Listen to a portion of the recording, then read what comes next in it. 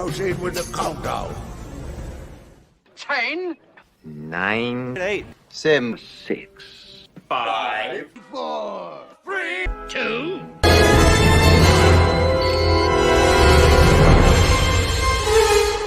Time's up. Then put your little hand in mine. There ain't no hill or mountain high. What is Pops doing?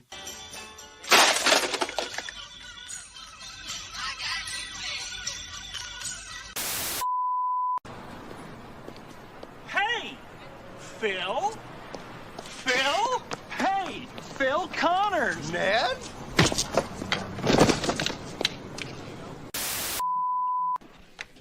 Don't you worry about cholesterol, lung cancer, love handles? I don't worry about anything. That's right. What makes you so special? Everybody worries about something. That's exactly what makes me so special. I don't even have to floss. That was the money shot for me.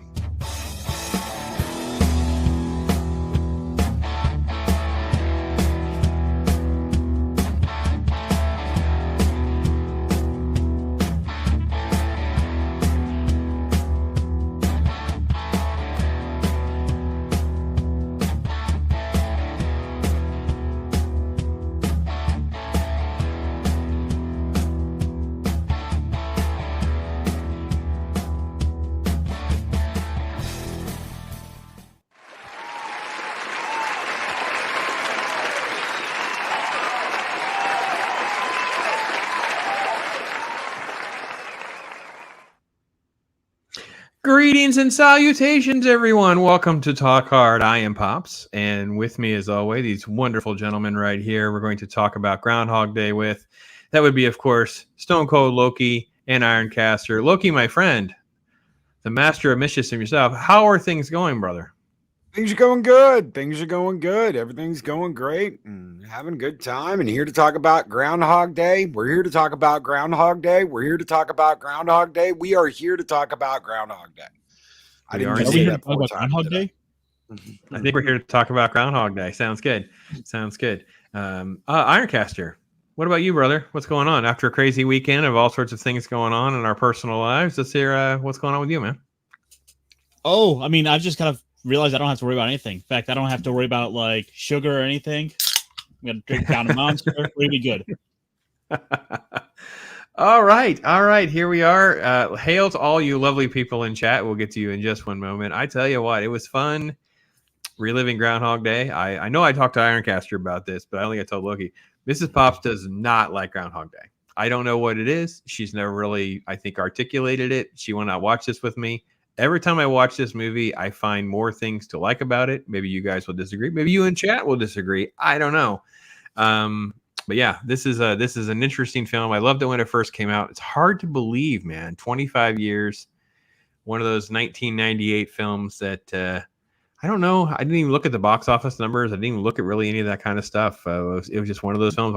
I enjoyed it from first day to now. So glad we're getting a chance to talk about it. So Ironcaster, I know I sent you over a link to this. Make sure we can speed along you getting a chance to see this. Had you seen this before? It's one of those. It's been on cable by now.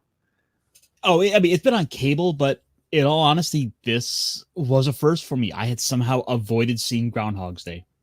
Wow, I broke him again. Getting exposed to the Groundhog Day. There it is. Did you ever see the wacko episode of Stargate where O'Neill goes wacko because they have to do the same day over and over? And he's like, Yes. wacko. Yeah. Oh, yeah. If you've seen that, you've seen Groundhog Day. Yeah. See, Okay. that's right. That's right. The groove I've been in lately for all my television. I've been going back watching Kevin Sorbo's Hercules. I've been watching some other like 90s kind of other 90s shows like that. I was thinking maybe I'll go after I finish through Hercules and Xena. I'll do Stargate SG-1 again. We've been doing the same thing because we started Smallville at the beginning of January and we're in season 10 now. Oh, Wow. Man, that's fast too, man. You guys are awesome, rock and rolling. Yeah, it's awesome. Yeah, we're finding, find something good, right? So my wife likes to be a completionist. I couldn't get her to stop with Community. For those of you who have never watched Community, the first 3 seasons I'll recommend. There's a massive drop off. I have no idea what these people were on when they were doing season 5. It's all over the map. But we did get through all 6 seasons of Community. We went through Wednesday. We're now done with Wednesday. I'd watched it already. She had gone through it. So that was good. So we're on to something new now. I don't know if she's picked anything yet, what she will tolerate. But here we are. We're here to talk about Groundhog Day. Let's say to everyone here in chat, it's awesome to have everybody here. Thank you for joining us again for another Talk Hard Tuesday as we're here. First up was Shelby Loves. Oh, man, what a great lady. She is actually going to be part of my comic talk series. I'm actually kind of moving we're populating my comic book Wednesdays with more comic book talk. So I'm going to pre-record interviews very similar to how I approach What's Your Story. So we'll drop those at 10:15. Tomorrow will be my very first comic talk in this type of format. Doug Bratton, he's the writer of an indie comic called Isolation. We'll be chatting with him for about an hour or so after Loki shows. My videos premiere at 10:15 every day. So I make sure we get through the mischief, give you a little bathroom break, and you come and deal with the old man. So that'll be there. And yeah, Shelby's going to be part of that. I got her hook on the schedule here, so we'll have her part of that. So awesome to have her. And in the house, Jacob Ironside. What a great dude. Great YouTuber. Awesome guy, man. Love being on his shows a couple times. So cool that he's here. He's quoting that song. Put your little hand in mine. Be no hill or mountain you can't climb. There we go. Old Gamer's in the house. Oh, that's awesome, man. Thank you so much for being here. The OG. Also one of my Pops members. Thank you so much, my brother. By the way, February 22nd will be our next member stream. For if you guys want to make sure you put that on your calendar. I will start at 5 p.m. Eastern time, and we will go till we go. We'll see how many of you are here and out there want to come in late. That's totally fine. Everybody's got work, things going on. Loki's got a Wednesday show, so people have to go do that and that kind of thing. But I try to carve out enough time to let everybody have their piece and topics and everything like that. So, and we have a giveaway this month, so we'll talk about it a little bit later on. So, Daryl the Derelict, also one of the great members here, also the co-host of VacTube, another great show. It's on after Talk Hard, so make sure you folks bounce on over to the VacTube. Daryl, my brother, thank you for hanging out with us. Then across the pond, it is the machine himself. That's right, the machine. Ryan Roger Athay, the boss. How are you doing, brother? Hopefully you're doing well. I actually have Ryan. He's lined up to be on What's Your Story here soon, so we'll be doing that. So for those of you that are enjoying our Sunday show, doing What's Your Story, that's great. Another great person's out there, lovely Sherry. She is out there as well. So thanks so much for hanging with us, Sherry. It's awesome. That was great to have you. And then another great YouTuber is also in the house. Got him on the hook. Look at this. Love this movie. Mrs. Cannoli hated it at first, but now appreciates it. Yeah, it's definitely an interesting experience. I have not got Mrs. Pop's one over, so Mrs. C might have to give her some notes. Cannoli is going to join me and Left Eye Ego on Thursday. Now, I'm going up against Loki, so I think Loki shows on Thursday nights, but we're doing a sports ball show. So Super Bowl's coming. I got these guys on the hook. Left Eye Ego, Cannoli's going to talk. We're going to talk football. We're going to talk about vintage Super Bowl ads, Super Bowl memories, football movies. Nothing's really out of bounds for that show. So it's going to be a lot of fun. That'll be Thursday night out there. So let's see. I think I got everybody caught up. Scrolling. Chris Persia.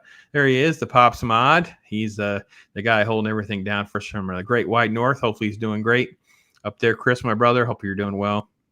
And also just a great supporter of me. And I love him so much. He's done so much for me to get us to this point. So, all right, gentlemen. So before we get too far into things, we usually start with some sort of generic thought, maybe our first experience watching it or something like that. So Loki, let me start with you, brother. Where do you come down on the Groundhog Day experience, your first viewing, your general takeaway, or was there a cringe whenever Pop said, hey, we're going to do Groundhog Day? You're like, oh god. Because that was Mrs. Pop's response. She's like really? Oh, I'm like, shit, yeah, really? Right? No. Bill Murray was like a hero to me when I was a kid. And so growing up watching all these different Bill Murray movies, I was ready for the insanity to commence. Little did I know that he would be dropping radios into the bathtub with him in it and jumping off of buildings and over and over again, trying to take himself out because he was sick and tired and had gone absolutely wacko because he had to do the same day over and over and over. And when he's in the truck with Bill and he's like a little guy, and he's driving the truck, he's just it's classic Bill Murray, and that's what you want to see. You want to see classic Bill Murray going crazy, acting crazy, doing what he does, and it's perfect. He nailed it. This movie was made for him. It wouldn't have worked with anybody else at the time. I don't think it could work with anybody else now. So yeah, I really do agree, because Bill Murray he's always looked like he can't. He's one of these odd individuals that pulls off the comedy because he doesn't look like he'd be that funny and comedic, and then he also looks like he can pull off the drama. And this role, to me, kind of cemented how good of acting chops he can have, because there actually are some scenes in this. I know there's some goofy scenes, but there are actually some grounded scenes as well, because this is really a very big story arc for Phil. This is a very well written script, and I don't know when you rewatch it again, Loki, or you pick up on new things. I seems like I always pick up on put your little hand in mine. Oh my God! Yeah. But just the metaphors, just the innuendo and just the chapters of this film and things like that. So, Ironcaster, my friend, I popped your Groundhog Day cherry, it seems. So, give everybody your first impression, or what the appropriate thought was of, like, what did Pops get me into? What was the takeaway? Or do you want to say it? Because he messaged me and says, I may have a bit of a hot take. And I said, well, that's fine. We can save it. So you can save your hot take if you need to, but I want to give you a chance to throw something out there. I think because it's gonna be about the overall movie. Like, ultimately, I'm gonna save that hot take for just a little later. Let's let it sizzle a little bit. Okay.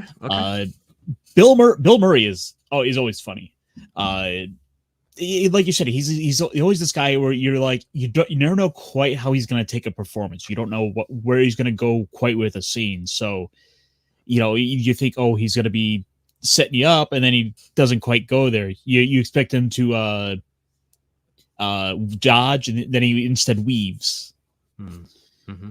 Okay, all right. No, I agree. I think it's great. I think Bill Murray is just I don't know. There's just something special about this film as well for me, having seen it when it first dropped and to now. I really did enjoy it. So, well, let's start with some of the general premise and the opening elements of the film before we get to the first clock. So the film basically, Phil is a weatherman. And talk about the cheesy, stereotypical weatherman. This is actually probably one of the best portrayals of weathermen in real life, of how they are, how narcissistic and full of themselves they are. These people make way more money than they should, by the way. For those of you who don't know, some of these people, I got, I don't even know how I ended up meeting them, but there's a couple here in the greater Tampa Bay area that I had met, and this was several years ago. And the one guy's like, well, yeah, I live on such and such. And I was like, holy crap, how does he afford to live on? And like, oh, these guys make some serious bank. So Phil's arrogance, narcissism, yeah, it is really a very good portrayal. And the fact that he has to be sent to go do the big Groundhog Day thing again. Like, he already knows how this is going to play out. Just he mocks it and those kinds of things. I don't know. I thought all of this actually was a pretty good setup. I actually really, as I rewatched it, I was trying to be a little more critical of it, and that kind of thing. So before we get to Philadelphia and all that kind of thing, what are you guys have any thoughts on sort of like the introduction to Phil the Weatherman? The schmarminess. I mean, he's so fake. You can tell, like, when he like you were saying, when he gets there, he's like, it's such a joy to be here, everybody. Oh my God, I can't believe I'm in this town. How is everybody? We're here to see the ground. And you're just like, we're here to see Punxsutawney Phil. And you're like, who would buy this? He's being such an ass, and he's so fake. He's not even trying to hide the fact that he is absolutely miserable. I like the way I like the way Larry people like that. I like the it was one of the lines Larry said. Did he actually call himself the talent? Oh, right. Yeah. No, they definitely think of themselves that way. Do you guys still have like these news guys that get sent out on these like little local like it's supposed to be human interest type stories or whatever. Because we have one guy, it'll be in like our break room at my day job, and I'll be up there and I'll see him there, and I'm thinking to myself, because it's happened here recently where it's like it's still pitch black outside, and there he is on location in some remote place, and all I do is, now that I've seen this movie, I keep thinking to myself, oh yeah, that dude is Phil. That dude is like, here I am out at the such and such festival. You know, you're thinking, I hate myself. I hate my life. I hate everything about having to do this. Trying to fake it, like you were saying, Loki, just trying to fake it, put it all out there. And you're like, there's no way I buy any of this being legit. So, yeah. Oh, hey to Mr. Tickle Drunk, says he's lurking and listening. Sounds good, brother. I'm there. I'm with you. Lots of lurking. I'm sorry, man. I got a lot of stuff going on my day job. For those of you doing shows and streams like that from time to time, I'll try. And it's something I feel bad if I chime in or make a comment, because then everybody starts pouring in comments and hate pops, and I can't always answer. But that's just how things go sometimes. Also, ZBR is in the house.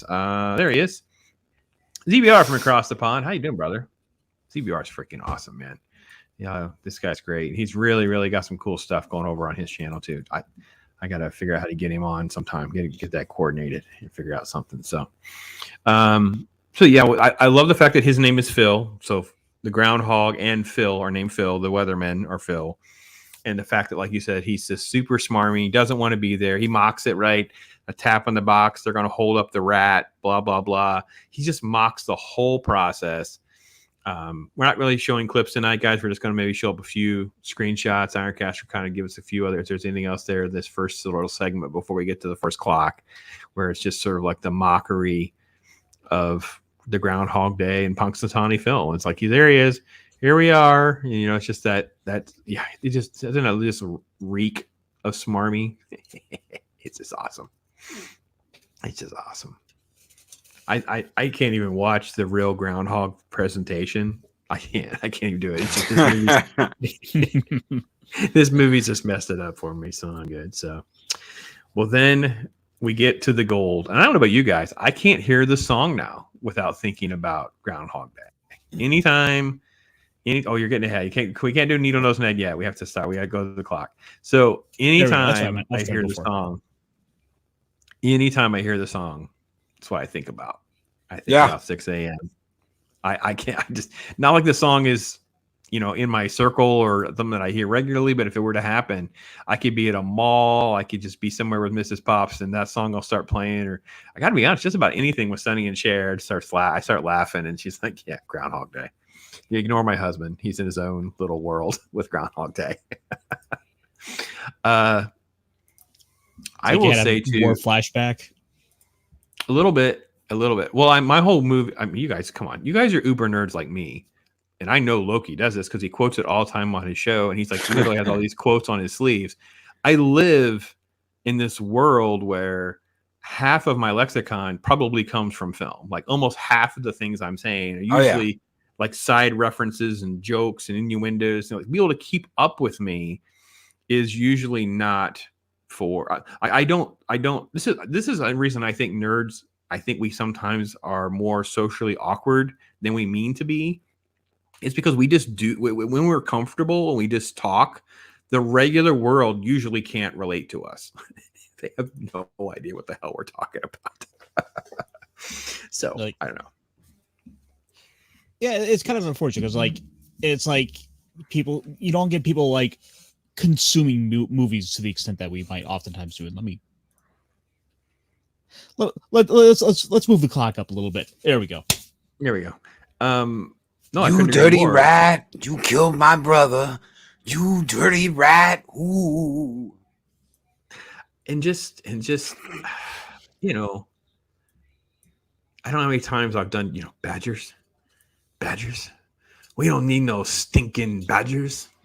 No, some people will get it as like a spinoff from Blazing Saddles, but of course, yes. UHF, of course, raised it to a whole new stake of absurdity. That's probably one of the more recent ones I did. And again, Mrs. Pop shaking her head like, oh my God, he's just embarrassing. Absolutely love it. I will make my family suffer through that movie. I love that movie so much. Oh my gosh. You know, maybe we should do that because we don't really have a talk hards. We have next week, we have Dark City. We don't have anything set up after that. I really haven't gotten sort of I thought A we did Blazing recommendation or a Saddles. suggestion that knocked my mind socks saying? off. What were you Did saying? we not? I thought we did Blazing Saddles. Did we No, we not do did. Blazing Saddles? Okay. Yeah, we did Blazing Right, Saddles. yeah. Next week is Dark City. Ironcaster and I are talking about UHF. Oh, okay. I thought you Yes. were talking about Blazing Saddles. I was like, No, didn't we do no. Blazing? I'm sure we did Blazing. Well, that's the Saddles. badges. Badges. We don't Yeah, need those stinking badges. badges. And We of don't course, need those stinking Weird Al badges. goes Badgers. And the only thing that makes me laugh about UHF that's changed now that I know Mexican Iron Man, I always think about the Spanish show where he's like, today we're going to teach poodles how to fly. And I always think of Mike. I'm like, oh my gosh, I've got to get this clip and put his face in as the poodle guy. Oh my gosh. That's my God. So, If you need that, thanks to Monkey Jeebus, I've got hours of overlay, Mexican Iron Man face overlay videos that I can pass well, on. you probably should pass some stuff on because I think for and by the way, anybody out there who wants to do this, I have one like a parody commercial that someone sent me. So I have that for the Super Bowl sports show we're going to do on Thursday. So I have like fake commercial. So I'm like, oh man, I love to. I wish I had kind of like known or thought this like ahead of time. I could have like a whole bunch of fake commercials or things like that we could play. Like, let's go to a commercial break because like the Super Bowl is just more known for most people as more about commercials than it is about the game. So yeah, we could Quick, just play to like Spatula City. Spatula Cities. Dun-dun-dun-dun-dun. Buy nine spatulas, get the 10th one for just 1 penny. Oh yeah, we should definitely get UHF. I think we'd probably get copyright struck for the direct UHF ones, but we could probably modify them and tweak them, make them fly. So I have a whole bunch of 1970s cartoon commercials. I'm trying to do something for the cartoon show. I've tested a lot of them through the YouTube algorithm. I assume they'll get flagged for reuse content at some point. So I've been a little apprehensive with how to play with them. So, all right. So we move back to the movie. We move from the first clock, we move through the day, and we kind of go to the next day. You need up, and it's the same thing again. Like, what is going on? Like, I don't understand. So, I will say that the first time watching it, and as you're getting this, you're kind of like, okay, well, he's reliving the same day. I'm not quite sure I understand why he's living the same day. And we're in our sort of like, he's in the first step of the next chapter is more like I gotta figure out what's going on, like the learning phase of whatever's happening to him. He's in a very sort of like juvenile infancy phase of this is happening again, and we get that he basically goes through another day in repetition, but more of it's like in confused mode where he's reliving it all. Right? Any takeaways from that, Ironcaster? Was your first time watching? Like, what was your kind of takeaway of like, oh man? I mean, that was kind of the obvious what are we gonna do about this? The part I really liked was when he finally got to that point where he's realizing it once like the second or third day have the second or third loop around have hit, and now he's suddenly realizing that he is basically free to do what he wants. So it's like not quite that point yet, but again, little things like I kind of. Just the ideas about the things he winds up doing to try to avoid having to do the same car ride to get stuck in the snowstorm and little things like that. I think were kind of neat. Right, he's going through like a discovery phase, right? Because he's trying to figure out what can he get away with. Like I know I'm living the same day, but if I take a different car ride, will things change? If I do this, will things change? He's trying to navigate through some of these different nuances, I think. And again, so it's the learning education phase of all that, but he's still very much the arrogant narcissist a-hole, right, Loki? Like this whole phase hasn't changed him any. He's still just the total jerk that we saw in the opening sequence.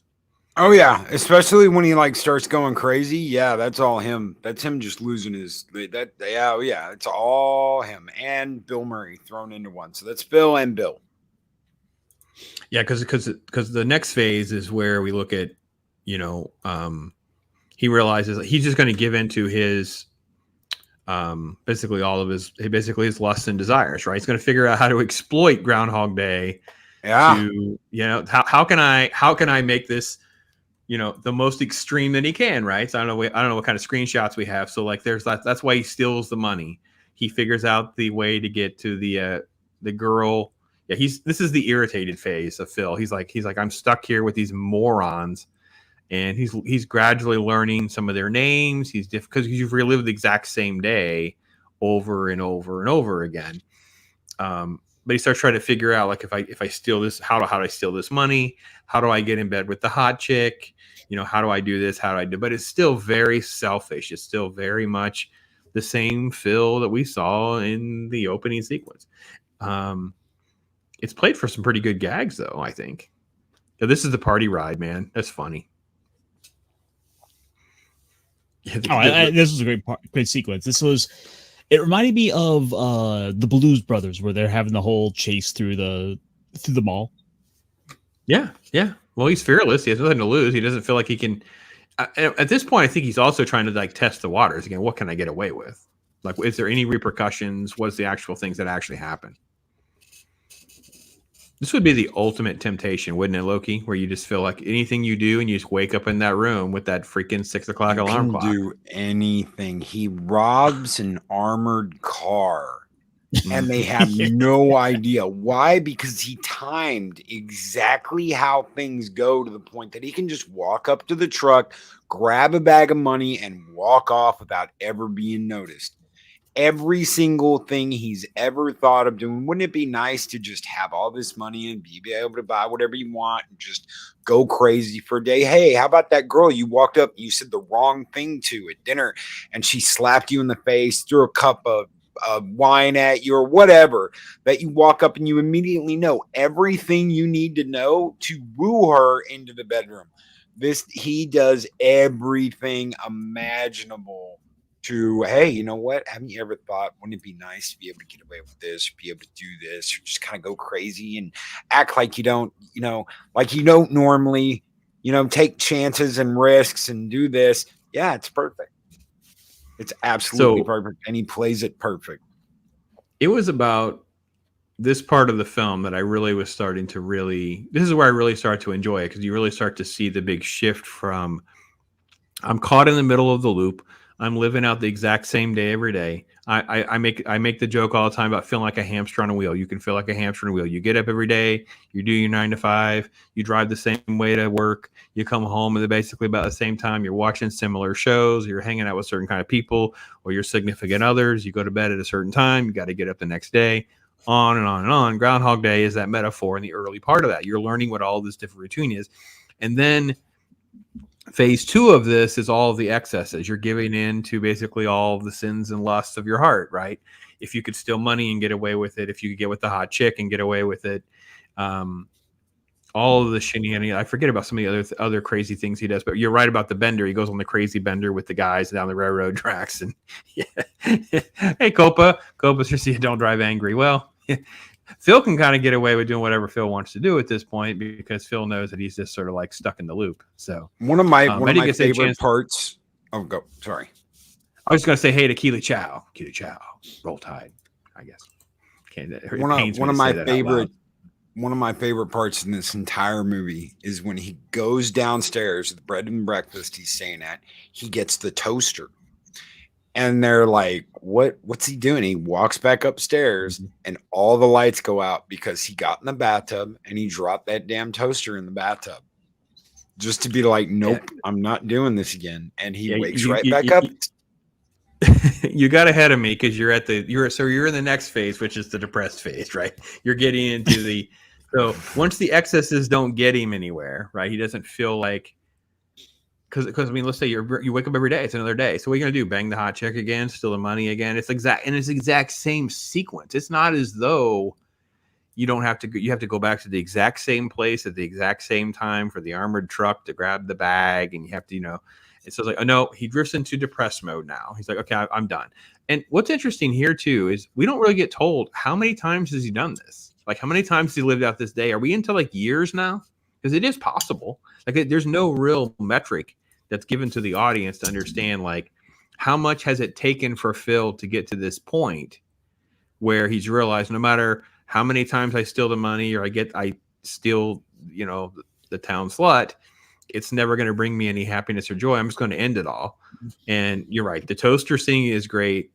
He obviously jumps over the bridge. Here he jumps in front of a moving vehicle, and you sort of get the Well, wait, we have to get to the best part, right? Because the best part is he steals Phil, right? Oh yeah, Yes. That's the fiery death, right? he kidnaps Phil. He kidnaps Phil. I think there's a screenshot. There we go. That was the one. Yeah, there we go. So he kidnaps Phil. Oh, here.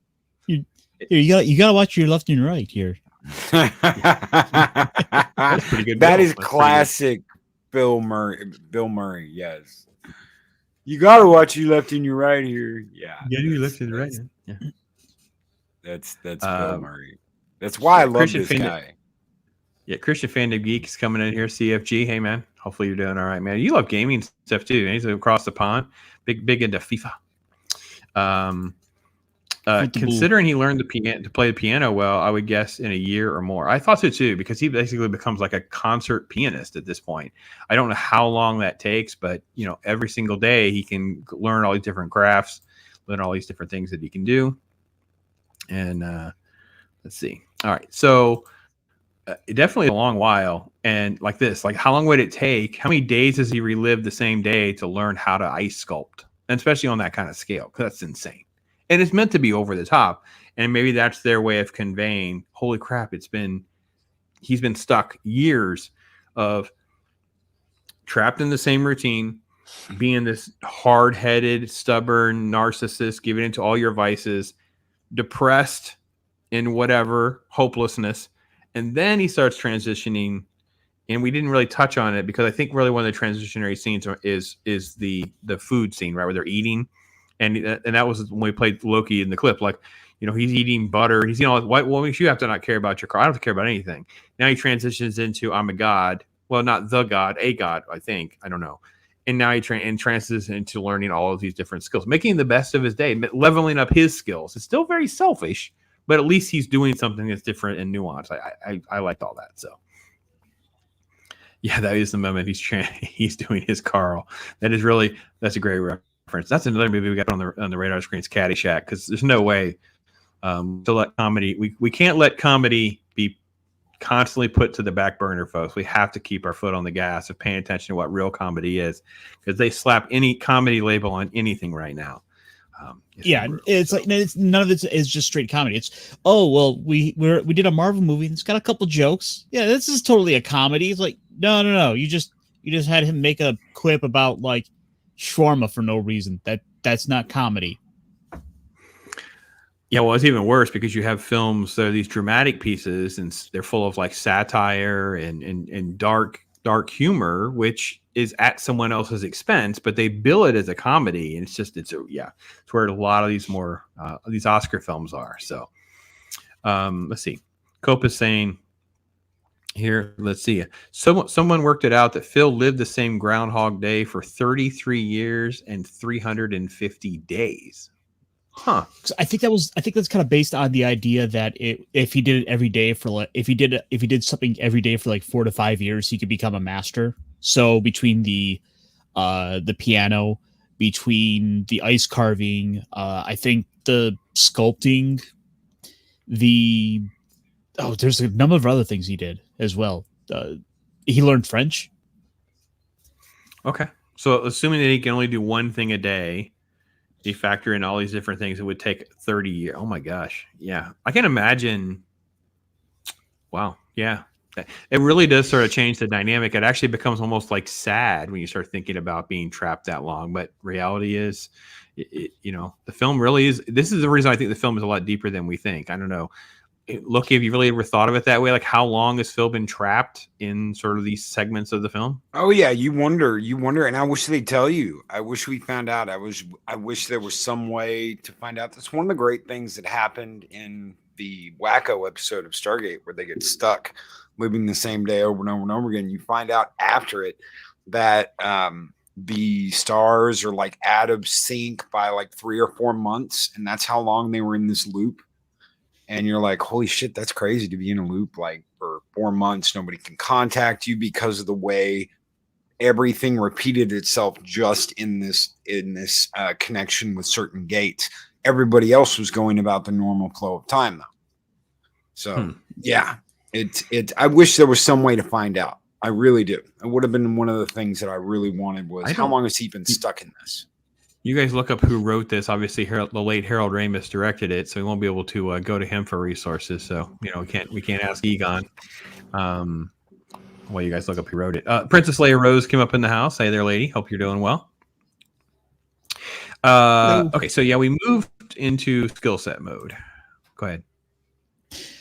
Oh, I was going to say that's one of the things I do find really fascinating with it is effectively that transition to going from he's in this like this downward spiral of depression where he just keeps killing himself over and over and over again in the most creative ways he can, to where it eventually gets to a point where he's like, I'm bored of trying to kill myself. Like I went crazy for so long. I became sane again. Now it's like I might as well. He's like he's in a town with a library. He might as well read every single book there. He might as well learn all these traits. There's a piano shop. Yeah, let's learn piano. So it's in the script, in the final script too. He tells Rita, "I've been waiting for you every day for 10,000 years." Oh my gosh! Wow. Yeah. And whether that's like supposed to be, whether that's supposed to be factual or not, that's what he tells her. So Harold Ramis said that he was stuck in Groundhog Day for only 10 years. That was back in 2014. Later in an email to Habe Magazine, Ramis said it takes at least 10 years to get good at anything, and allocating sick time and misguided years he spent, it had to be more like 30 or 40 years. So none of that's definite, but that's direct from Harold Ramis, and in the original script it was 10,000 years. So okay. I mean, right. I think it ultimately is kind of doesn't matter what the definite one is, because it is sort of left up to this nebulous thing of we don't exactly know how long he actually was, but long enough that he was able to master a couple of things. So I think that what's important for me was the fact that I could get my head around, the understanding where you are, and that you could be a hamster on a wheel, and then you could figure out, well, how am I going to deal with that? And sure, you may end up in a season of depression, or you want to give into your vices and you just want to live whatever. And then it's like, well, what if I want to, come out of this, find ways to master something, make better my life, whether that takes months or even years of my life. There's like fruit at the end of that. And then what if that still doesn't reward me? What if that still doesn't give me the value and the happiness that I really want? Now what? And that's where we get to the most important sequence of the film, where he starts to seek out actual selflessness and ultimately love, which I think is where the film just turns really beautiful, to be honest. I mean, it's done in a comic way, right? Because he's trying to figure out how to get to Rita, which is at first in a very selfish way, because he wants to figure out just how to sleep with her. And we have that great cutaway where he's leading, and then he gets slapped. And he goes another slap, and then it's just slaps. How many days in a row or months did he just get slapped every day? Take a few days off to ice sculpt? I don't know, but it was just constant slapping. I think it was great. That's just brilliant writing too. Just brilliant writing of sending the message. I don't know how did this transition feel for you, Ironcaster? Where it's like, you really are almost like an emotional journey with Phil through different arcs like this that we don't necessarily take time, I think, to slow down and look at. In a way, I feel like it did a good job of sort of conveying that sort of message of with this sort of situation, deciding to try to pursue love. But the problem is ultimately going to be it's going to be lead to nothing but frustration. You're going to have to try to win her all over again, and have the exact same conversation. It's like, after a while, it's like I have to imagine like trying to do that every single time is going to be a bit maddening to try to have that same conversation, just to be able to get the person to open up to you, to like you, even though you've been doing this years, decades, centuries. Who knows for however long he's doing this? Like, it's got to be frustrating in the end. All right, so ZVR puts a comment about this episode's. You guys are the Whovians. I'm not, so I wouldn't know this. So, Doctor Who, the Heaven Sent episode, reliving the same day over and over again for 2 billion years. It reset itself. The Reaper caught up with him. I think that was the Capaldi episode. Okay, so it's a more recent one. What I got from this whole thing when I rewatched it, which I don't think I've like hit this idea before. It's really not about him falling in love. That's a byproduct of how he got out of it. He is in a hole, whether he realizes it or not. When this movie starts, he is in a hole. He is not happy. He's not happy with his life. He's not happy with what's going on in his life. He's not happy that he has this assignment. He's not happy with anything.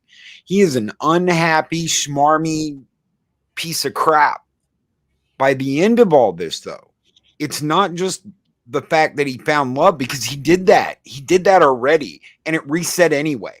And he tried to recreate that day, and it all fell apart, and it all failed because he hadn't found what he needed to inside of himself to break out of that loop, to truly become happy and truly get out of the hole he was in. This whole thing is about him digging himself out of this pit he's going to spend the rest of his life in and be absolutely miserable, whether he realizes it or not.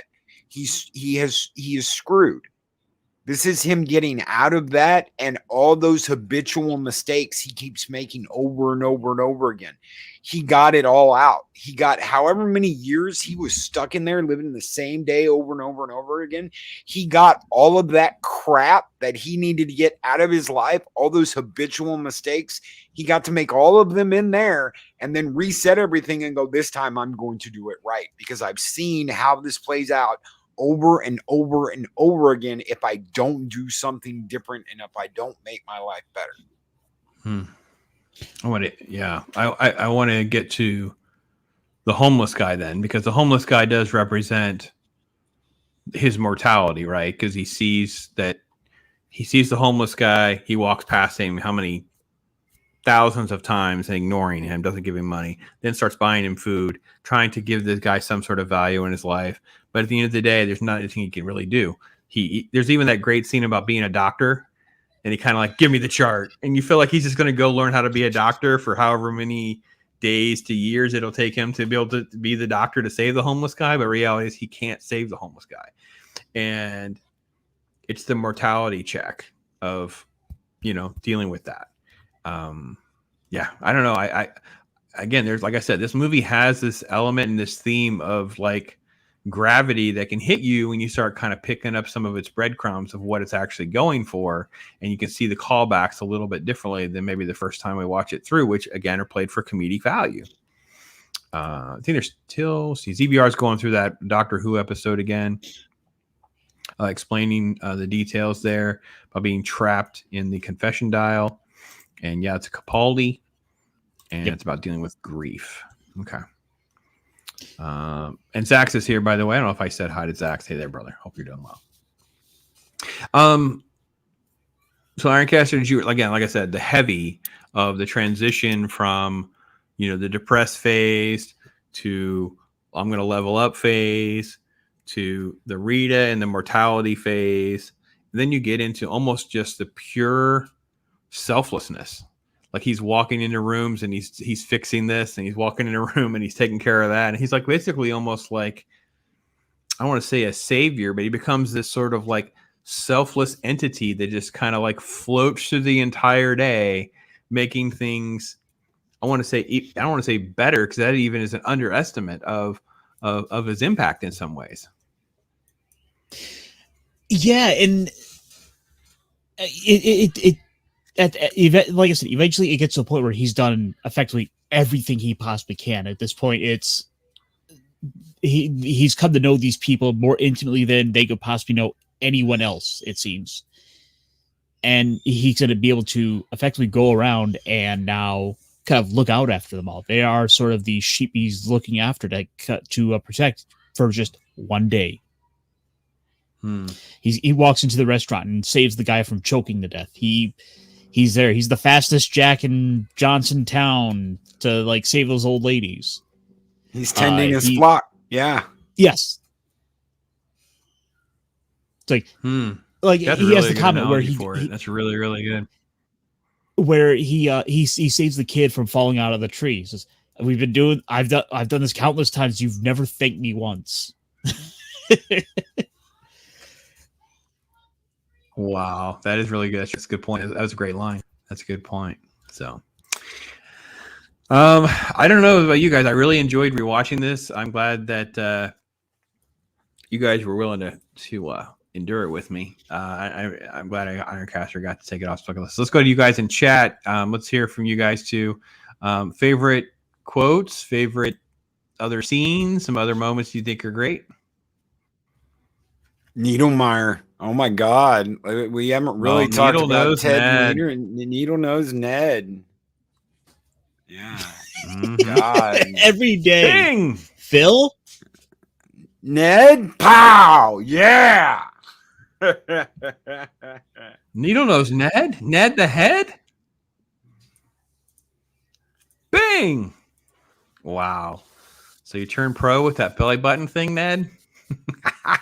It's great. It's great. Oh my gosh. Yeah, Ned he's so immortalized in this role too. Like Nest. Wow. Yeah. Yeah, I love that guy. That guy's a great actor. I don't know how you can kind of go through life having that many type of roles and nobody knows your name, right? From Spaceballs to I don't know what else he's been in, but let me pause for a second. I'll look this up now. I'm trying not to look. See what I could think of off the top of my head. Spaceballs is one that comes to mind. Oh yeah, you immediately think of that. All for naught. You idiots! These are not them. You've captured the stunt doubles.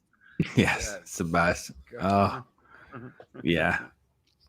So yeah, no, he's just one of those great guys. He's done a lot of voice work. He's been in a lot of stuff. I just really love his work.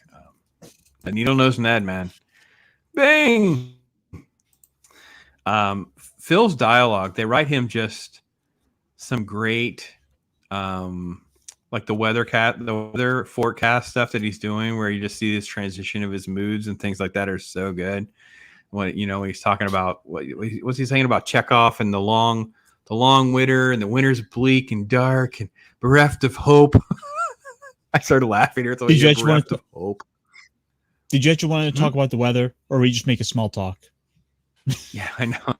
It's just so many just good moments. So yeah, it was good stuff. So I will tell you, I can't really get Mrs. Pops to really give this film much of a chance. So I'm glad you guys have like a guilty pleasure. I'm really, I know it sounds like awful nerdy. I keep going around in a circle saying that, but it really came back. Smash Out of Willow. Ned came that back. Scene is so good. We just kind of hangs. Ned came back. Yeah, in the 2020 Jeep Grand Cherokee Groundhog Day commercial with Bill Murray.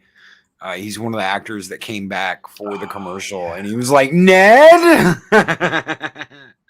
So he was actually in the Groundhog Day Jeep Grand Cherokee commercial in 2020. I didn't know that commercial existed. Oh, yeah. Yeah. Groundhog Day, it's one of those things too where like I think people who've only seen it maybe once or twice will still remember the movie. Like it's so unique in what it accomplished that it really just sticks with you, right? It just really does. And the actor that plays Ned gets to be he has such a very unique look about him that because he's done so many different roles, but I don't know that he's had some long-lasting role or career that defines him differently than Ned. I know he I don't think anybody cares about Goldberg or his role on Goldberg's. What am I looking I'd like here? to thank you What am I guys looking for influencing my Netflix. Oh my god! Nice. Quite the metaphor there. Groundhog Day again and again and again. That's a really funny meme. I like that. So yeah, that's funny. Oh, hey, Steven Tobolowski or Tobolowski. That's the actress name. Yes. Yep. Yep. That's Yeah, the actor's name. Tobolowski. All right. Cool. But yeah, we'll go back to ZBR. It says seeing Mim smash out a window over and over again. Laugh out loud. I guess that's the ZBR's equivalent of Groundhog Day. Makes sense. Oh yeah. And a time loop until he learns. We'll see. He'll never learn. He'll never learn. He'll It's never learn. Mamacitas. It's Mamacitas. Married Mamacitas for Mexican Iron Man. From now until the end of time. All Okay, Groundhog because Day would be all like a because paradise for him. one chick wasn't honest with him. I mean, okay, so honestly, what all that comes down to is Mexican Iron Man went out with a chick. They might have done something, whatever. And I think a month after that, he found out that she was married. He immediately broke it off like a good Mexican Iron Man should do. Too much trouble. Nope. Because as soon as she said it's complicated, and he told me that, I said, the bitch is married. And he goes, no. And I said, yes, she's married. As soon as she said it was complicated, there's a piece of paper out there somewhere that says she's still married. And that's exactly what it was. And he broke it off with her, but we got to tease him about it till the end of time. So that's just, that's the real story, but we're going to tease Mike about it till this thing, all the tires fall off of this thing and it's a dead engine. We're never going to stop. Because he deserves it. It really won't ever die. It's never going to die. He's never going to stop. Like, he's never going to stop jumping out windows. That's right. Never going to stop. Mm-hmm. Can't That's stop, funny. won't stop. That's it. Yes, GameStop. So, for those of you who stuck with us, a couple of you members are still out there. February 22nd is going to be our member stream. We're going to have our giveaway this month. One of you members will take home this hardback Golden Age Superman Omnibus. Let me see here. Make this big. Look at that. Encyclopedia, basically. It collects Golden Age, Action Comics 66 to 85, Superman 25 to 33, and World's Finest 11 to 18. And there's a forward by Roy Thomas. So let's see. Roughly 20 comics in action, another 8 or 9 in Superman, and then another 7, 8. So, yeah, over 30-something comics. Yeah, look at that. Can you do the thumb comparison for me? Hold your thumb up next to it. I want to see, camera side. Like that? Is that what you mean? Yeah. Yeah. It's a whole thumb. It's a whole big thumb. bug. Yeah. So I forgot to tag Zach's in it as well. Zach, I don't think I can afford to ship this to Canada, baby. So it may have to be a US only because that's probably like a $50 to $100 thing. The prices to go international. I have no idea who is stealing money at the post office. I had an item who just came back. So yeah, I don't know what they're doing over there. So, but that would be my giveaway. I love you guys that remember supporting me. So anyway, yeah, that is, Chris, it is a big book. It's a big book. Couldn't believe I found that. I was like, oh man, look at this thing. I got to have this. So yeah. Ryan's out there lurking. He's reading Nishi. So Groundhog Day. Any other thoughts, Ironcaster? Because you're the first. This was your first watch. I want to get your takeaway, your big thoughts, the overall picture, and then Loki and I can tell you how you're wrong. Okay, so the hot take. He just takes it. He's so good. I love it. Go ahead. I don't like the ending. Mm-hmm.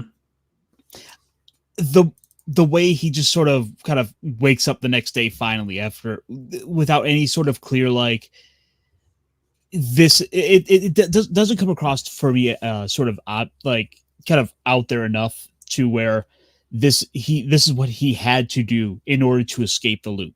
Like I wanted something a little more direct to sort of explain that along. Like if there was, even if it was something like he's sitting down with like the same bartender, he's sort of kind of going through his wallows throughout the day, and it's like it's the same bartender, but he's like his problems changed a little bit. Would have been kind of a way to go. Would have been a way to go about it. Would be my thought. I don't like the way it's like that's what he finally had to do it. Like I feel like it's not quite there for me. Okay. You know what? I kind of okay. So instead of like having God, be like, Bill, yes, God, you learn to appreciate life. Good on you, Bill. Instead of something like that, I like that. Okay, you got the bartender talking to him, right? And the bartender could say something really simple like, well, I guess you got to appreciate life a little bit. And he kind of looks up and you see the bing and the little sparkle like, hey, guess what? The bartender was God the whole time, sitting here watching his little experiment and watching what you do with your life.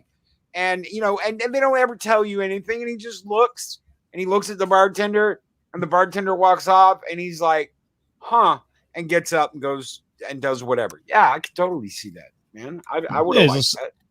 Some joke by the last time around, he says something like, "You've built up quite the tab." Okay.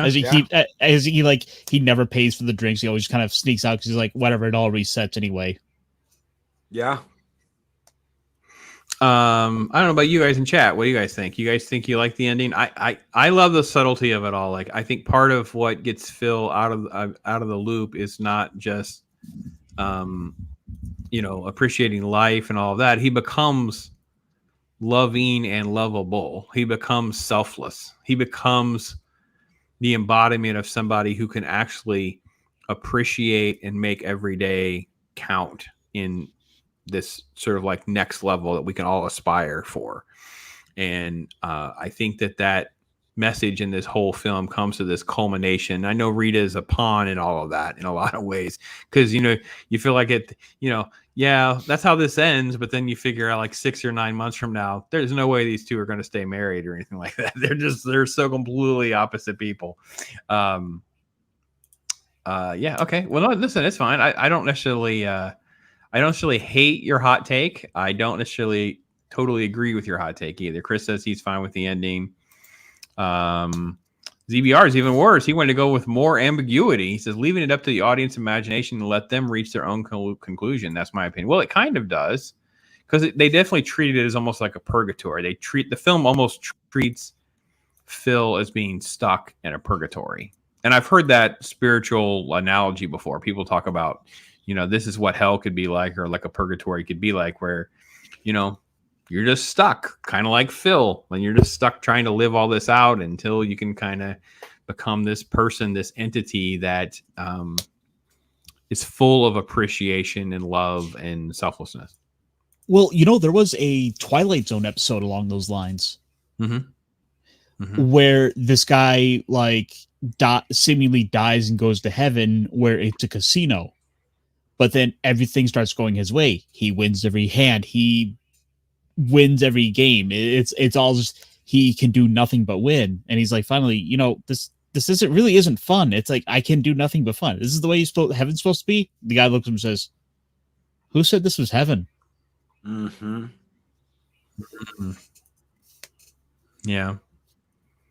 No, I think that is definitely. I don't know where else I've heard this. I know I've read it in a couple of books where they talk about the ideals of we want things to be, let's say, perfect, or a world where certain things don't happen. It's like, well, it would be boring. It'd be bland. It'd be very generic.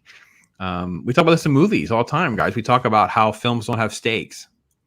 It's like, I don't care about this movie or this character because I know they can't die. I know there's really no impact to this character, or this character is surrounded with plot armor. I know that she's completely shielded from having any negative impact of anything that's happening to her. We complain about all of those elements. And a film like Groundhog Day kind of pushes the envelope in the other direction to go, well, wait a minute. What if we took a character and we drive him so hard in the ground that he's willing to do like what Loki was talking about? He's willing to like steal the marmot and go on a bender. Oh, the bartender. That's interesting. It would be funny if the bartender had a bigger role in the film in like ambiguous ways to kind of make you think that he's at least God with a capital G. That would be interesting. Well, I mean, and that's what I'm saying. I don't want them to come out and be like, Bill, this is God. No, I don't want that at all. No. But give it a little wink that maybe, just maybe, someone's been there watching what the hell he's doing and waiting for him to get his shit straight. It's like, we've given you all these years to get your shit straight. Get your shit straight. And sometimes people are like that. They keep making the same mistakes. Oh, we're human beings. We are human beings, and that's what it comes down to. Some human beings will make the same mistakes over and over and over again, and you got to really whack them up behind the head and be like, get your shit straight. And that's kind of what's happened to him in this movie, is God took a big slap to the back of the head and said, get your shit straight. If you want to be happy, this is what you've got to do. And you're going to have to go through this until you figure that out and get out of this place you're in. If more people had that opportunity, the world would be a better place. Period. I agree. Period. Zach's is catching up. Yeah, it's about the international shipping for that book. That's freaking. So I say all that. I say that with this caveat because I want to ask what you guys would do on your day, because you're stuck in the loop. Talk about some of the things you do. I thought as I was going to ask that question, I thought about today would be the most horrible day to have to live over again for me. Because I not only had internet issues and my cable box issues and all that, then I would have to come and do this show with you where I would be in Groundhog Day having to do a show over and over again about talking about Groundhog Day forever and ever. It's like the loop within a loop within a loop kind of thing. I'm like, holy cow, I sure hope I wake up okay tomorrow, because oh my gosh, this is yeah. As I joked about asking that question, I thought to myself, wow, but today would be one of those days where it's almost like the irony compounds irony. But I like the idea of the leveling up thing, the idea of becoming, a classical pianist and learn how to ice sculpt and some things like that. It really is kind of a fascinating idea. That's what you could do every day. Yeah, I've got a whole shelf just full of RPG books that I'm like, I've got this book on elves I need to read at some point.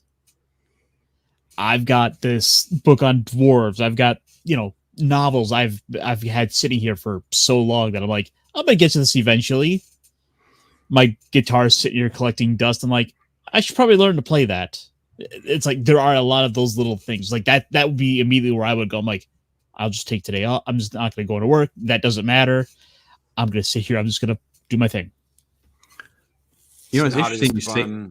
Oh, sorry. I was going to say, it's interesting you say that though, Ironcaster, but it's like I thought about, I couldn't write a book or I couldn't record a song because tomorrow it's gone. I got to do it again. So it's kind of like it is a kind of a caveat with the skill set of what you do, because it's like, yeah, you would increase your head knowledge, your head canon, but if you try to produce something, it never exists the next day. No. So, yeah, that's the one unfortunate. It's like, I'm like, oh, I could write that book, but then I have to do it again. You have to do it again. Yeah. I mean, the only plus would be you would probably type it faster and faster. And eventually you'd have it down just really pat to where you've the amount of refinement you can put into something like that. What about you, Loki? We'll be on some of the Groundhog Day bucket list. So in a weird way, I kind of did this. After my motorcycle accident, I pretty much laid on a couch for almost a year. And I did the same thing. I did the same thing each day. I did do some physical therapy for a while in a pool. That was 2 days a week for about a month.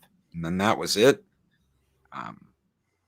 But I just stayed on that couch and I didn't move. And I watched TV. And believe me, it wasn't as fun as you think it is going to be. Could I get away with anything? No. But I could pretty much do whatever I wanted to in that place for a year.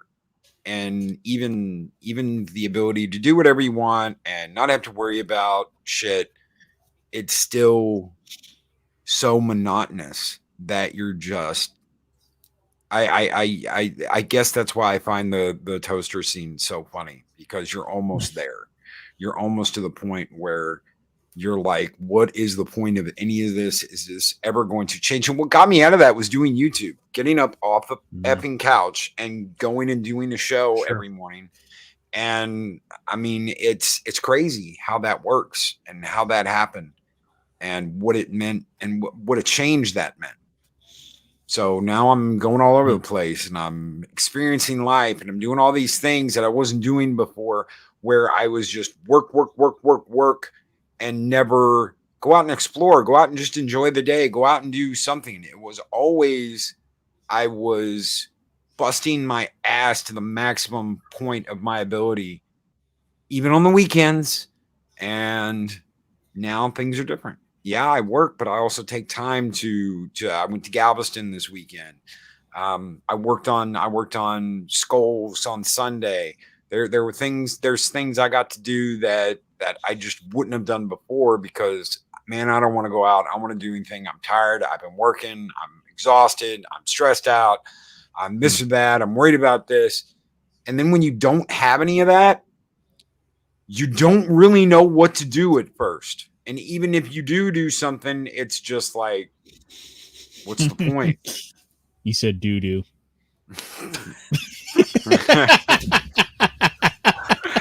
Oh, shit.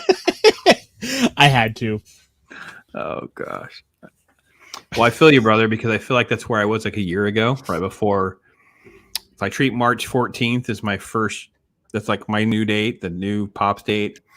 But like a year, like the months before that, because it was right before, it was mid-February when I got COVID, but it was early February and January, February. I was doing some pop stuff, but inconsistent, easily distracted.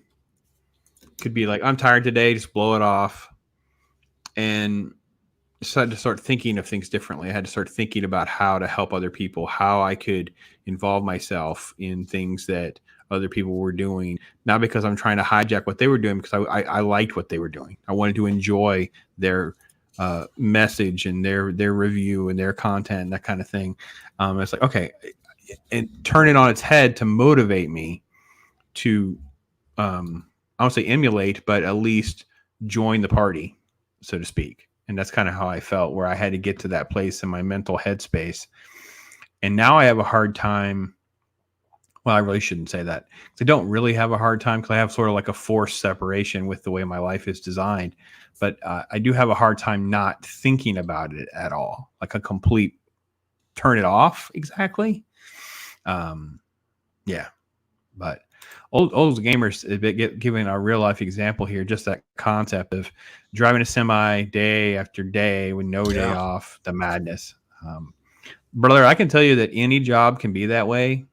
I do not want your sympathy. I was not a nurse, did not work in a hospital, but I can tell you from my job in healthcare, we never closed. Those 12-hour days still came every single day, every day.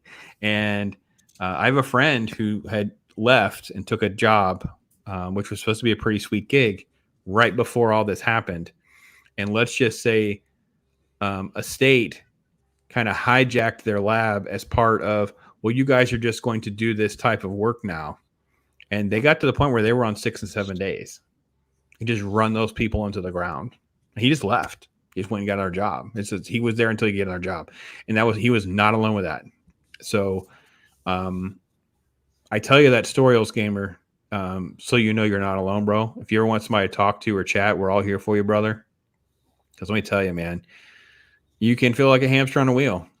And hopefully a movie like this can give you some peace and hope, let you know how much we appreciate you, love you for who you are, and value us. And, we want to be more than just some, YouTuber and all that. You can be more to that, man. Be more. So Chris Purge is echoing Ironcaster's love of the stuff that he would read and catch up on. So there'd be a couple of Groundhog Days right there for Chris and Ironcaster, I guess. By the way, Chris, I absolutely love that series. Like, it gets really like once you hit book 4, it gets into stride because it is an amazing series. I absolutely adore the Dresden Files. I highly recommend it. Also, I think we found out that Nicolas Cage had a hand in the TV series at one point. Oh my gosh. We're gonna get to his Nicolas Cage book here in a minute. Go find your Nicolas Cage book. We gotta find that. We gotta find it. Hey Scott, how you doing, brother? Scott's one of the members. Which, by the way, Scott, I figured out why I wasn't able to tag you. I had to resubscribe to you because I was somehow not subscribed to you, and then it would allow me to tag you properly in the video. Member stream February 22nd, and yes, by the way, we are giving away this encyclopedic Golden Age Superman book at the end of the month. So make sure if you're not a member, you consider being a member. Appreciate it. But yeah, listen, Daryl's going to hop over, get ready to fire up the vac tube. So if any of you are getting ready, make sure you head on over to vac tube afterwards. And yes, brother, peace, talk hard. Love you, bro. Yeah, the concept of being stuck in the loop and stuff like that, I thought it plays very well and interesting into what could you do differently and how that kind of thing. Anyway, I enjoyed it. So, any final thoughts? Loki first. Any final thoughts, Loki? Don't waste your time. Enjoy the time you've got and make sure that you make a dent if that's what you want to do. If you want to make a dent in someone's life, you want to make a dent in your own life, make one. Don't waste your time and use what time you have. I agree. Look at Jacob. Jacob's throwing out the IRONCASTER. He's throwing out the IRONCASTER. That's it. That's the way you roll, man. You got to throw them out there. Awesome one is saying, how many years has this stream been going on, Pops? I feel like I saw this show yesterday. Oh. Well, that was kind of my nightmare, Awesome one. I thought to myself today as I was going to ask this question about, what the Groundhog Day. I thought to myself, oh my God, could you imagine being stuck in the Groundhog Day, discussing Groundhog Day? Like it would be like this infinite loop of Groundhog Days. Padawanabe's here. Oh, Padawanabe, the legend himself, the soldier. Since he's here, and for those of you who do not know the legacy that is Padawanabe, talk hard legend. If there's a Hall of Fame, Padawanabe goes there. Okay, so I stacked all the pieces here. We're gonna. Oh, he went for the hardcore.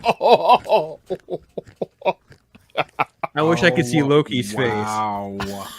Padawanabe is the boss. You're the boss, brother. You're the boss. We're clipping this. This will be a new clip.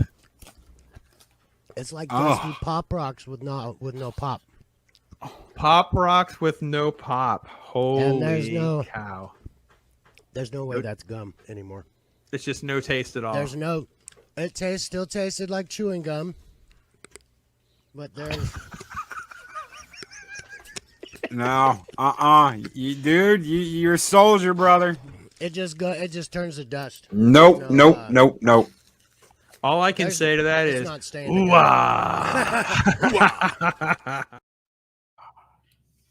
no. Even now, no. No way. No, it's fine. Come on, Loki, it's fine. Like, look, we got some Diablo sauce. We're fine. No. Well, we don't have a way of capturing Loki doing the Padawanabe challenge. Loki, it's on the table though. If you ever find a way to do that. By the way, maybe I'm doing something wrong with StreamYard. I did not see Daryl's gifting of the memberships. I will have to message him privately to make him know how much I appreciate that. He gifted 5 Pops memberships.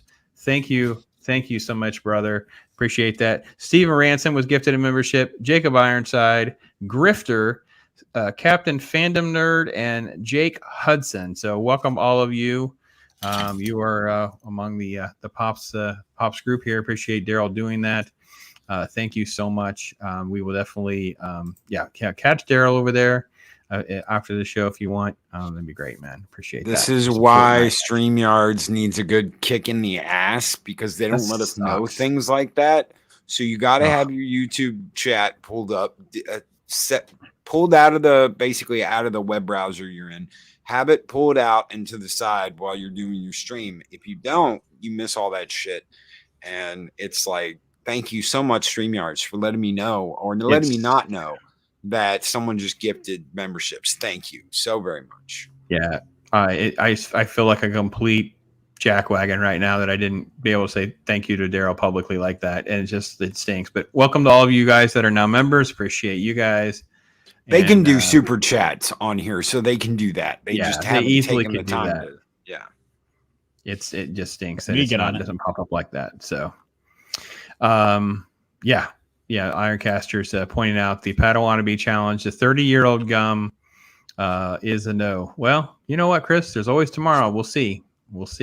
So, and like Jacob's throwing out some emojis. Yes, Bob Ross, Off Snap, Talk Hard, Fight for the Users, Scissoring Hen, Ash Groovy, and of course the famous Shotcaster.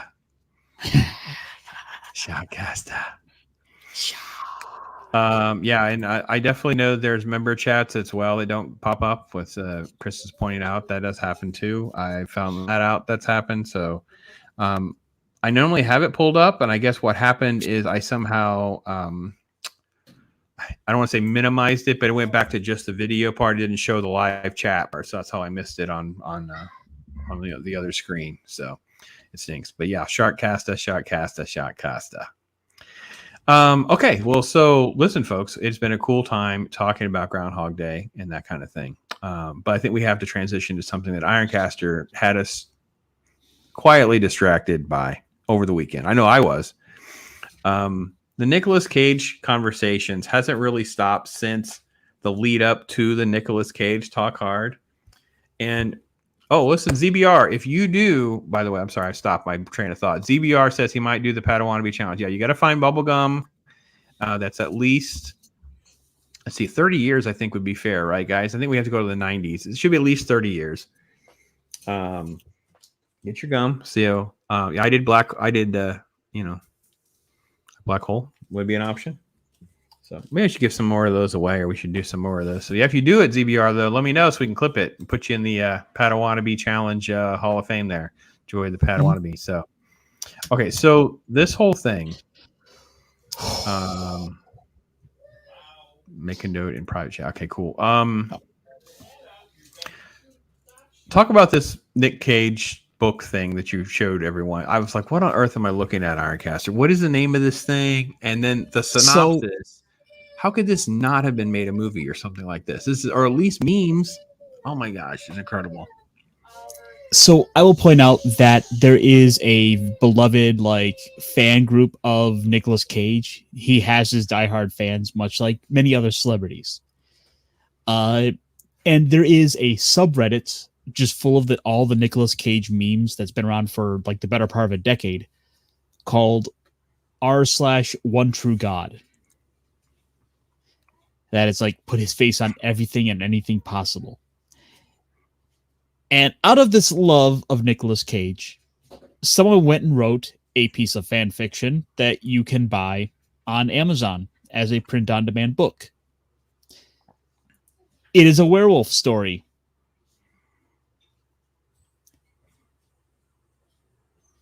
Except... But the story is not really a werewolf story. It's a werewolf Nick Cage story. Yes. It is a where Nick Cage... it's a where... The book is called Where Cage. Loki, do you have a copy? No. No, make note here to get Loki a copy for Christmas. I guess Where Cage.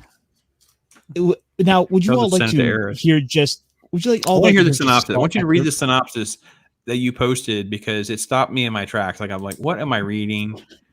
And then I was like, what on earth has he done? If I thought the shark stuff wasn't crazy enough, he's kind of got a little bit of the Nicolas Cage thing going too now. So it's I have both the sharks and the Nick. So I'm looking for Nick Cage sharks now. It's what's going to happen in my brain. So read the synopsis for Where Cage, if you will.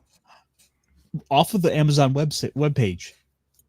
Legends say whoever is bitten by Nick Cage and lives becomes a Nick Cage themselves. Stanley. So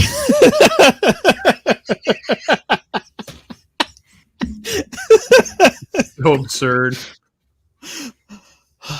Stanley Miller got bit by Nick Cage in the park. Things got worse. Things got worse from there, if his roommate Cameron and Wilford Brimley are to be believed. Wait. How'd they sneak Wilford Brimley in there? How did I not know about this part? The world is now on a fast track to the apocalypse. Unless Stanley can save it, when the moon rises, Stanley feels the change overcome him, and Nicolas Cage takes over. When the first Cage is still out there, turning more and more people into raving, angry Hollywood action stars, can Stanley use his tenuous grasp on his own sense of self to track the source of infection and stop it once and for all? Or all destined to fall victim to the curse? I had in my brain just that first sentence, bitten by Nick Cage and turns into Nick Cage, and then it's like, what on earth? It's like this alpha. I don't know. I just thought of the Nick Cage and Sharknado, so it's like Cage NATO. Now, would you like this? The actual piece I shared with you guys. Yeah. He turned away from the window and took a shuddering breath. How could something not make any sense yet seem so obvious at the same time? He was bitten by Nick Cage, and that bite turned him into Nick Cage. That was what happened. That was a thing. He was a lycanthrope. Wait, hold on. Stop for a second. I think we have to pause the show for a minute. I might make a request. Look, could you check to see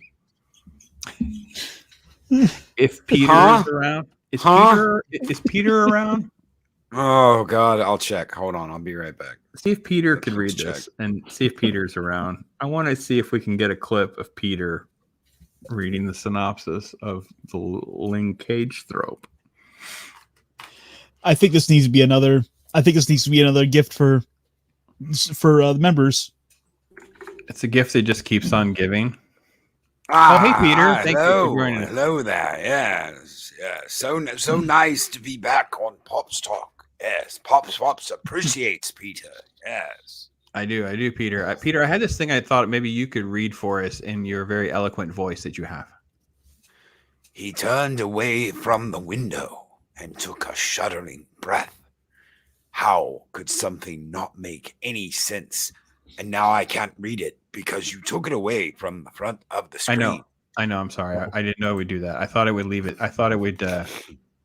You could still see it, but I guess you can't. Sorry, Peter. How Let's could start something again. not make any sense? It seems so obvious at the same time. I asked my friend David this many times. He was bitten by Nick Cage. Nicolas Cage? Oh my, yes. As we all know about him, he's that crazy mofo that my young hot wife is always talking about. Him and that Mexican Iron Man. And that bite turned him into a Nick Cage. That was what happened. That was a thing.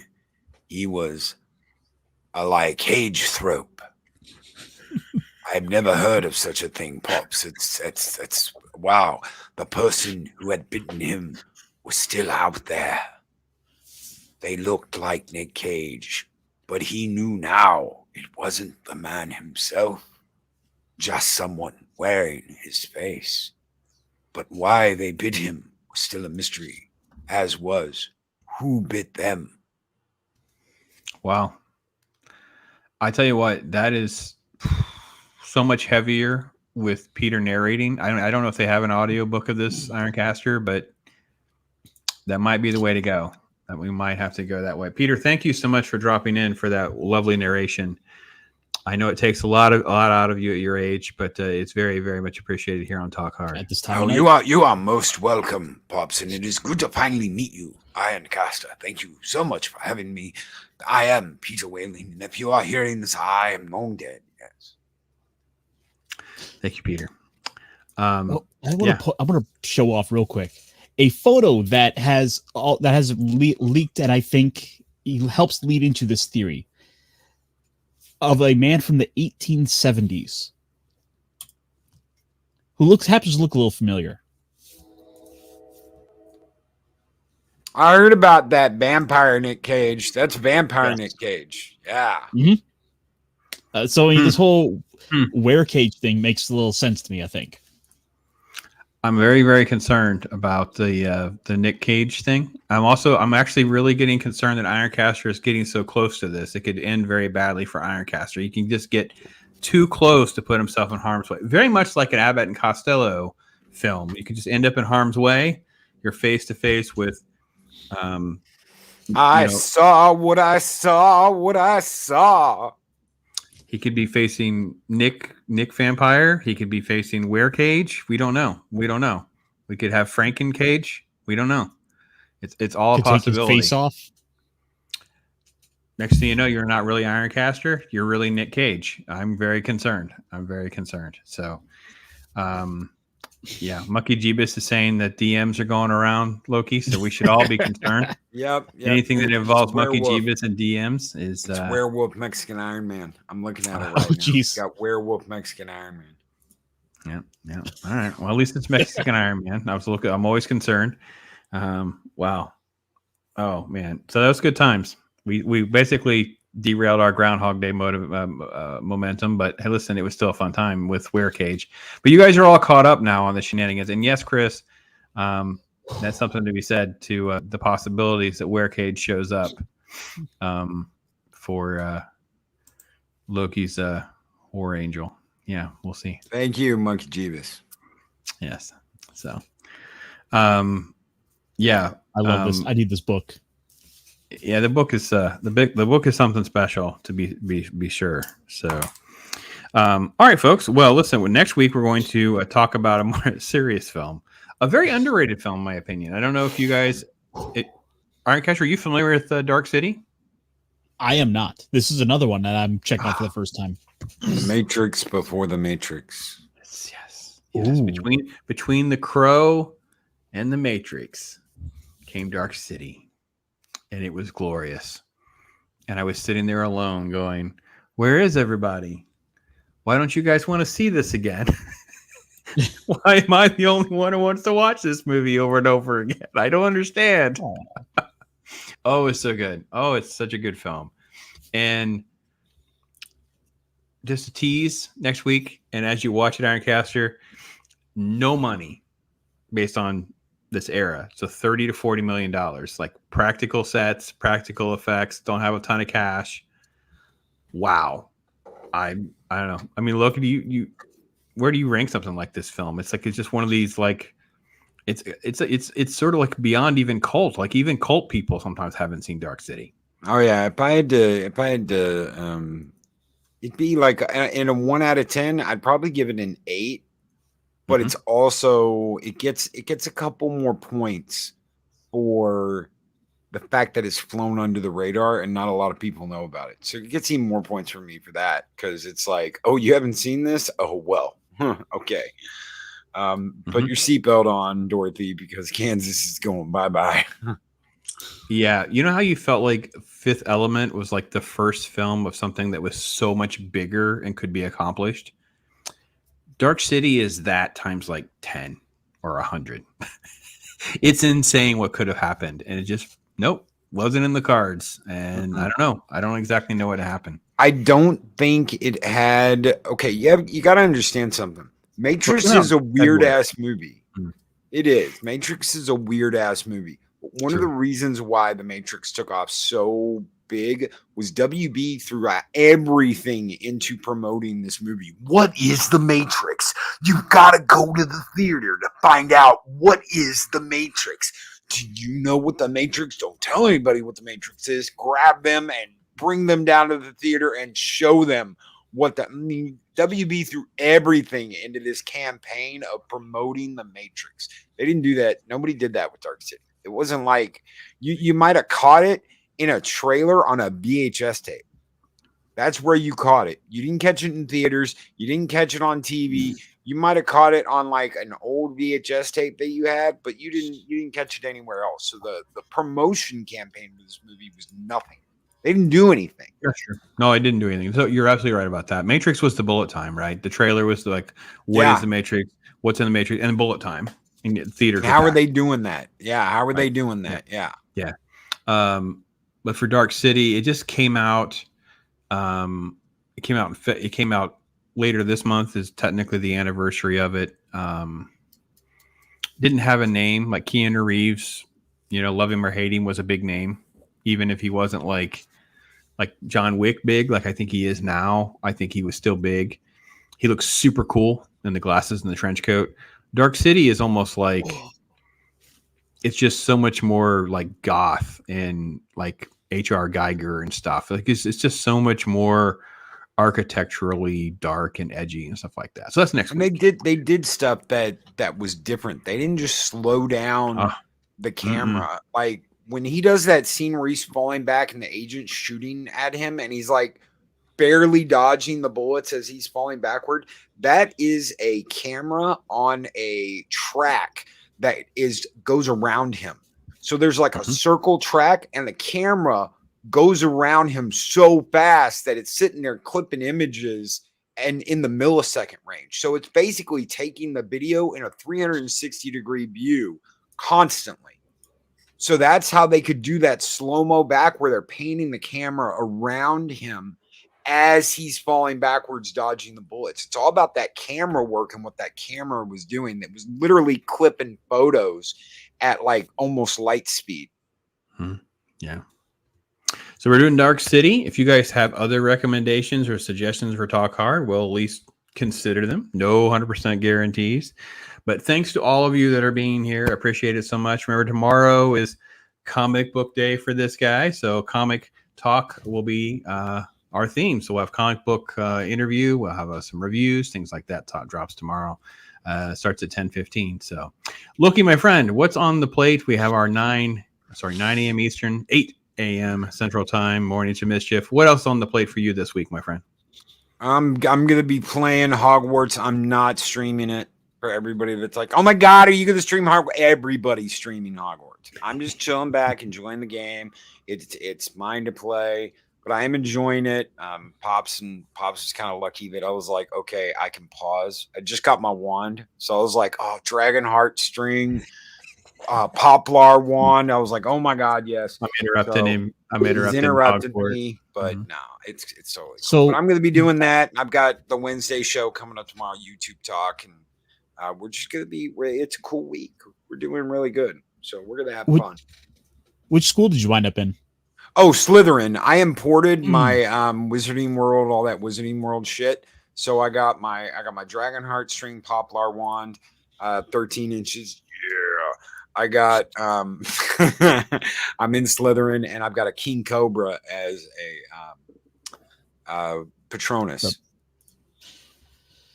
So I haven't bought the game yet. I've done those little Pottermore tests a couple of times. I usually wind up getting Ravenclaw myself. I tell you what, so the PS5 version of the game is really smooth. The PC version of the game looks better. Okay, so if you have a tank of a PC that if you've got like a really good graphics card and you can go ultra everything, get it on PC. It looks so much better than PS5. And that's hard to say because, PS5's looking good, but it doesn't have 60 frames per second in 4K, and you're missing out a little bit. On PC, it runs so much better if you have a tank.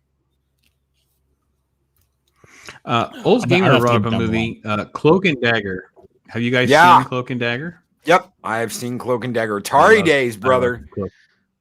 Love Cloak and Dagger. I was a young buck seeing Cloak and Dagger, and that's old G right there. So, all right, Old Gamer, we'll pick a week. We'll do Old Game. We could definitely do Cloak and Dagger. We'll figure out how to get a copy to Ironcaster, who has not seen that. I'll just send you one. Right. I'll send you one. I'll get it right now. Just send it out to everybody. Loki will make sure everybody's all on the same page. We can have that. So, but thanks to all of you in chat. You guys are amazing across the pond and the Great White North and every which way. Thank you so much for supporting me, Ironcaster. What about you this week, man? What else you got going on? Anything? Well, let's see. I just kind of last night I uploaded a random video of me just organizing some games and blabbing for a little bit.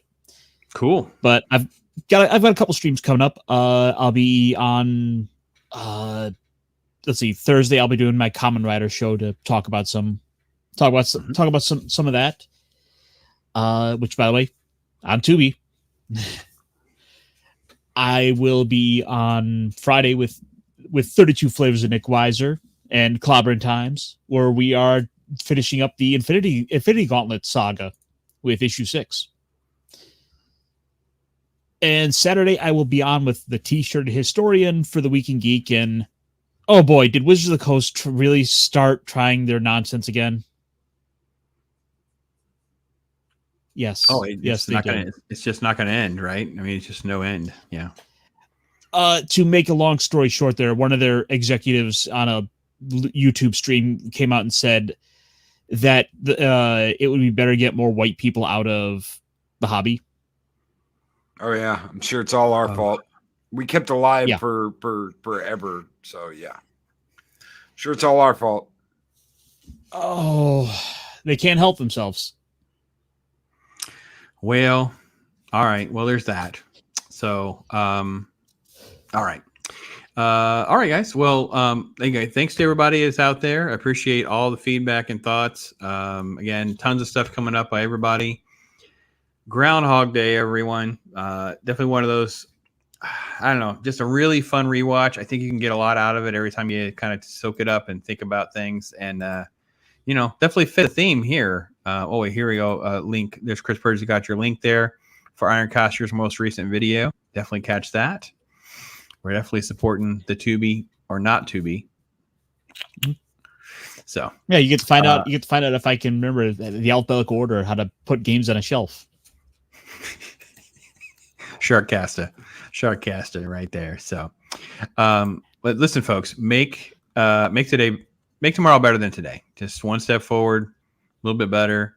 Love you guys. Thank you so much for supporting me and this channel and these wonderful creators and them being here. You guys you're my brothers. It's amazing doing this kind of stuff and having some fun, that kind of thing.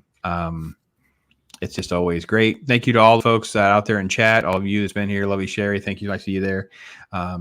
Chris Persia holding everything down. Oh, it's just a great mod. Thank you for much, your friend. I just love you so much. Anyway, love you guys. Have a great day, and we'll talk hard soon. Take care. Ross, all I do is chill. My life is a thrill, for real, Bob Ross. I be too calm for the drama. You don't wanna cause a problem. I'll solve